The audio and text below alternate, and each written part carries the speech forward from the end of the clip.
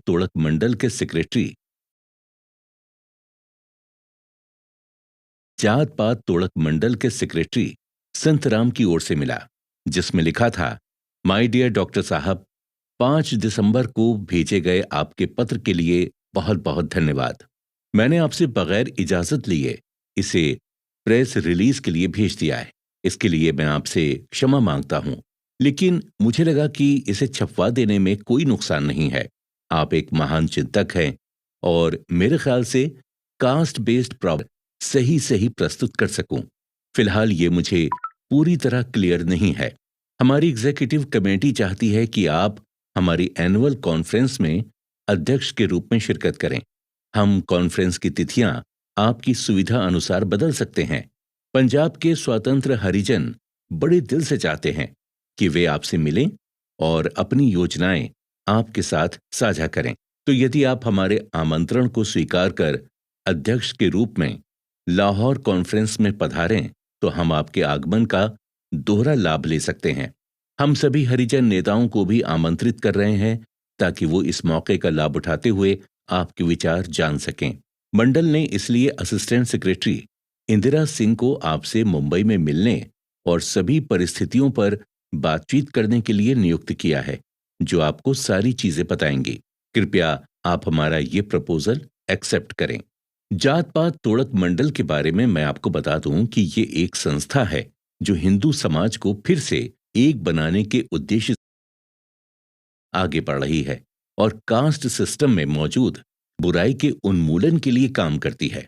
नियमानुसार हिंदुओं को कास्ट के आधार पर अलग करने वाले किसी भी गतिविधि में मैं शामिल नहीं होता, लेकिन सामाजिक ढांचे के बदलाव में ये बात बिल्कुल अलग है और यही सबसे बड़ी कठिनाई है। हमारे विचार इन चीजों को लेकर अलग अलग ना हो, इसलिए मंडल ने मुझे आपसे बात करने और इनवाइट करने के लिए कहा है। मंडल को मुझसे इनकार की उम्मीद बिल्कुल नहीं थी। इस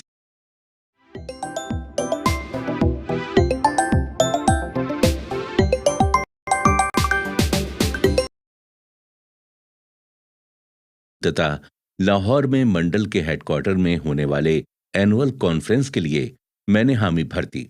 कुछ कारणों से कॉन्फ्रेंस टाल दी गई और सन 1936 में मई के महीने के मध्य में ये कॉन्फ्रेंस हुई। मंडल की कमेटी ने कॉन्फ्रेंस का आयोजन किया। कॉन्फ्रेंस के कैंसिल होने का नोटिस और जिम्मा मेरे पुराने पते और भाषण पर आया और इस तरह मैं अध्यक्ष के रूप में कॉन्फ्रेंस में शामिल होकर लोगों के कास्ट सिस्टम को लेकर विचार और समस्याएं सुनने से वंचित रह गया। लोगों को इसके बारे में पता लगा और मैंने अपना पता सुधारने का निर्णय लिया। लोगों को ये जानने के लिए बड़ी उत्सुकता थी कि आखिरकार मैं प्रेसिडेंट के रूप में कॉन्फ्रेंस में क्यों नहीं आ पाया। इस सब के पीछे मेरा अपना पता था, सो मैंने अपना पता छपवाकर बाजार में पेश किया और लोगों का संशय मिटाया। मंडल नए भाषण को लाहौर में छपवाना चाहता था, लेकिन मैं नहीं माना क्योंकि मेरी इच्छा मुंबई में छपवाने की थी। मंडल के कई लोगों ने इस बारे में मुझसे संपर्क किया, लेकिन मुझे ये ठीक नहीं लगा। 27/3/36 डॉक्टर जी, आपका पत्र संतराम ने हमें दिखाया। हमें यह पढ़कर दुख हुआ। आप यहाँ की परिस्थितियों से वाकिफ नहीं थे। आपके आने की खबर सुनकर पंजाब के लगभग सभी हिंदू यहाँ मौजूद थे और वो आपके पंजाब प्रांत में आने के खिलाफ थे। जात पात तोड़क मंडल ने इतनी आलोचना कभी नहीं सही। सभी हिंदू नेता, जिनमें परमानंद भाई जो कि हिंदू महासभा के पूर्व अध्यक्ष और एमएलए हैं, महात्मा हंसराज, डॉक्टर गोकल चंद नारंग जो मिनिस्टर हैं, राजा नरेंद्र नाथ आदि मौजूद थे। इन सभी ने मंडल के इस कदम की निंदा करते हुए खुद को अलग कर लिया है। मंडल को चलाने वाले इन सभी लोगों को हमने कई तरह से समझाना चाहा, लेकिन आपके अध्यक्ष के रूप में अनुपस्थिति को हम नहीं समझा पाए। इस सिचुएशन में मंडल के साथ कोऑपरेट करना आपकी जिम्मेदारी है। एक तरफ तो जहां हिंदू बहुत सारी तकलीफ और संकट में हैं, वहीं अगर आप उनकी तकलीफें और बढ़ाएंगे तो इससे ज्यादा उनकी बुरी किस्मत और से ज्यादा उनकी बुरी किस्मत और क्या होगी। उम्मीद है आप इस मसले के बारे में गंभीरता से सोचेंगे और वही करेंगे जो हम सब के लिए बेहतर हो। इस पत्र ने मुझे बड़ी असमंजस में डाल दिया था। मैं समझ नहीं पा रहा था कि मंडल एड्रेस को प्रिंट करने में लगे कुछ रुपयों के लिए मुझसे इस तरह से बात कर रहा था। यह दूसरा सर गोकुल चंद नारंग जैसा आदमी क्या असलियत में सिर्फ और सिर्फ इसलिए मंडल से रिजाइन कर गया कि मैं अध्यक्ष के तौर पर वहां शिरकत कर रहा हूं? क्योंकि उन्होंने खुद मुझे इसके लिए कई बार पत्र लिखे थे जो मैंने प्राप्त किए थे। 5 माउंट गोमेरी रोड, लाहौर, 7 फरवरी 1936। डियर डॉक्टर अंबेडकर, मुझे खुशी हुई वर्करों के द्वारा ये सुनकर कि आप जात पात तोड़क मंडल के अध्यक्ष के रूप में नेक्स्ट एनिवर्सरी पर लाहौर तशरीफ ला रहे हैं। ये हमारा सौभाग्य होगा कि अगली छुट्टियों में आप हमारे साथ लाहौर में होंगे। शेष मिलने पर आपका जी.सी. नारंग। सच जो भी है, लेकिन मैं अब और दबाव नहीं सहन कर पाऊंगा। मंडल को लगता है कि मेरा भाषण मुंबई में लिखवाने के लिए मैंने दबाव बनाया था और उन्होंने हर भगवान जी को मुंबई भेजा था ताकि वो निजी तौर पर मुझसे इस बारे में बात कर सकें। 9 अप्रैल को हर भगवान जी मुंबई आए, लेकिन उनके पास बात करने के लिए कुछ भी नहीं था। उन्हें किस बारे में बात करनी थी, इस बात की भी जानकारी नहीं थी। वो ये भी नहीं जानते थे कि पता मुंबई का होना है या लाहौर का, और उन्होंने बातचीत के दौरान भी इसका जिक्र नहीं किया। उनकी बातों से मुझे ऐसा लगा कि मंडल का मुख्य उद्देश्य पैसा बचाना नहीं था, बल्कि एड्रेस बदलवाना था। मैंने उन्हें इसकी कॉपी दी, लेकिन इसे लेकर वो ज्यादा खुश नजर नहीं आ रहे थे। इसके बाद वो लाहौर लौट गए और लाहौर से उन्होंने मुझे एक पत्र लिखा जो इस प्रकार है। लाहौर, अप्रैल 14, 1936।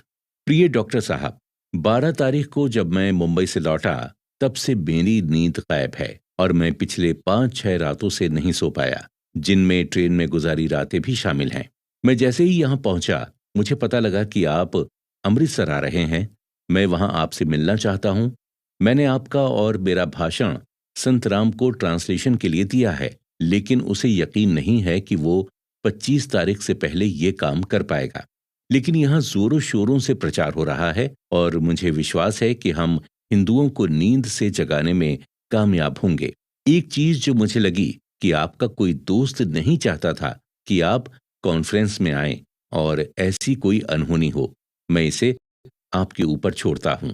Page number 16। आप सबका एड्रेस को लेकर स्पष्ट नजरिया होना चाहिए और ये आपकी जिम्मेदारी थी, ना कि मंडल की। उम्मीद है आप मेरी बातों को दिल से नहीं लगाएंगे, क्योंकि भाषण की 1000 कॉपियां हमने छपवाई और उसके लिए भुगतान भी किया।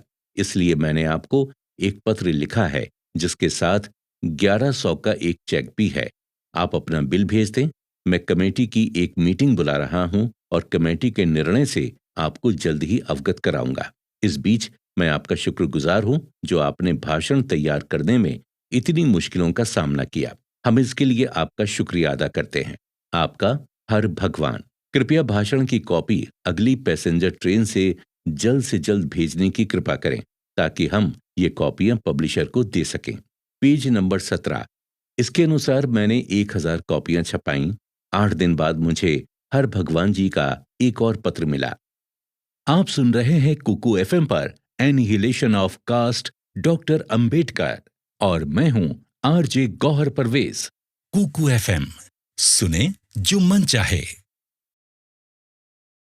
लाहौर, 22 अप्रैल 1936। प्रिय अंबेडकर, मुझे आपका पत्र मिला।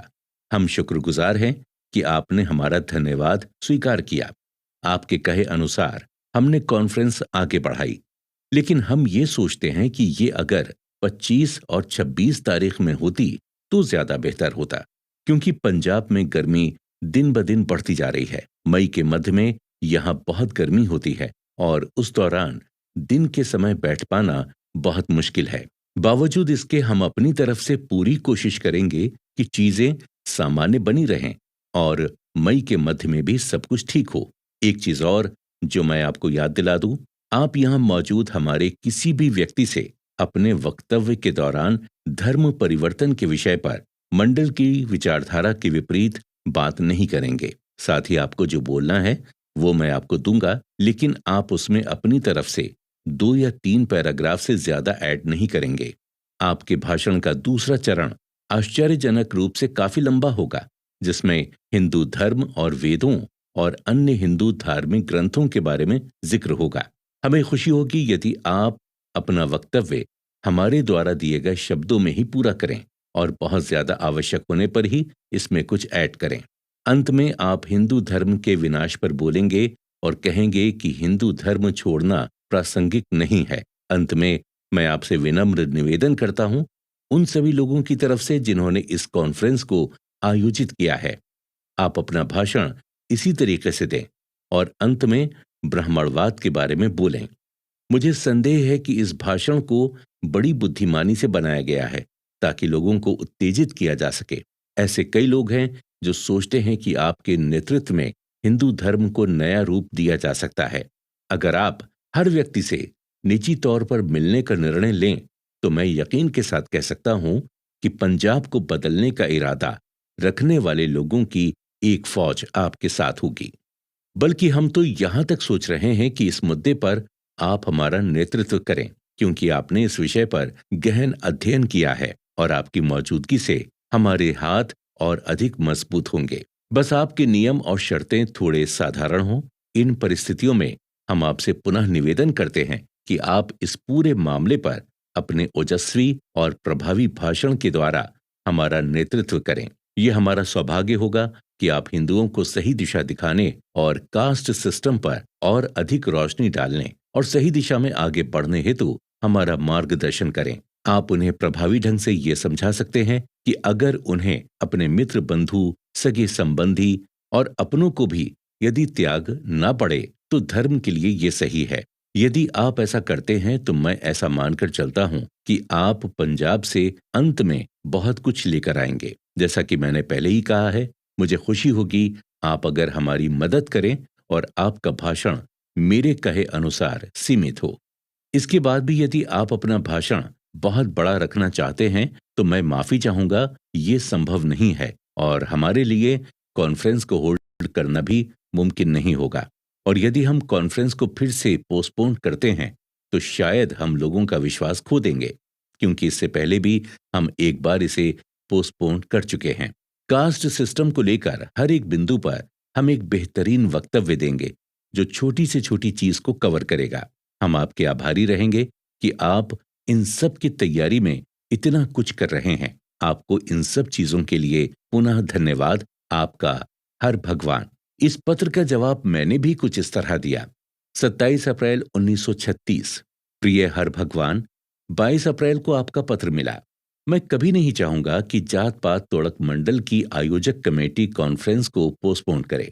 अगर आपको ऐसा लगता है कि मेरा भाषण बहुत लंबा होगा तो मैं आपको ये जानकारी दे दूं कि ऐसे में मैं खुद चाहूंगा कि ये कॉन्फ्रेंस कैंसिल हो जाए। मैं फालतू की नियमावली आप पर नहीं थोपना चाहता। परिस्थितियों के अनुसार अगर मंडल चाहता है कि मेरा भाषण, तो हो सकता है कि आपको मेरे निर्णय पसंद ना आए। ऐसे में कॉन्फ्रेंस का प्रेसिडेंट होने के नाते मैं अपने विचार व्यक्त करने की आजादी नहीं खो सकता। बंधनों में रहकर मैं भाषण की तैयारी नहीं कर पाऊंगा। ऐसे में मैं सही और सुनियोजित नेतृत्व भी नहीं कर पाऊंगा। बात प्रिंसिपल की है और मैं उन पर कभी समझौता नहीं करूंगा। मैं कमेटी के निर्णय पर किसी तरह की बहस नहीं चाहता, लेकिन यदि आपके पास मुझ पर दोषारोपण करने के ठोस कारण हैं तो मैं उसके लिए रिस्पॉन्सिबल जरूरी हूं। ये पहला मौका है जहां पर भाषण को लेकर कमेटी या मंडल को इतनी ज्यादा दिक्कत है। मिस्टर संतराम, मुझे यकीन है कि मैं जातिगत भेदभाव मिटाने की सही विधि अपने पिछले पत्र में लिख चुका हूं। इस पत्र के जवाब में आपने मुझे निमंत्रण दिया और उस निमंत्रण में यह भी बताया कि मुझे अपने वक्तव्य में किन किन शब्दों का प्रयोग करना है। आप वहां नया कुछ नहीं कर सकते और किसी भी कीमत पर मंडल को आगे की दिशा दिखाने हेतु अपनी तरफ से कुछ नहीं बोल सकते। मैं आपको ये सब इसलिए लिख रहा हूं क्योंकि मुझे लगता है कि मेरे विचार लोगों तक पहुंचने बेहद आवश्यक हैं। मैं आश्चर्य में हूं कि आपकी कमेटी ने मेरे भाषण का निर्धारण किया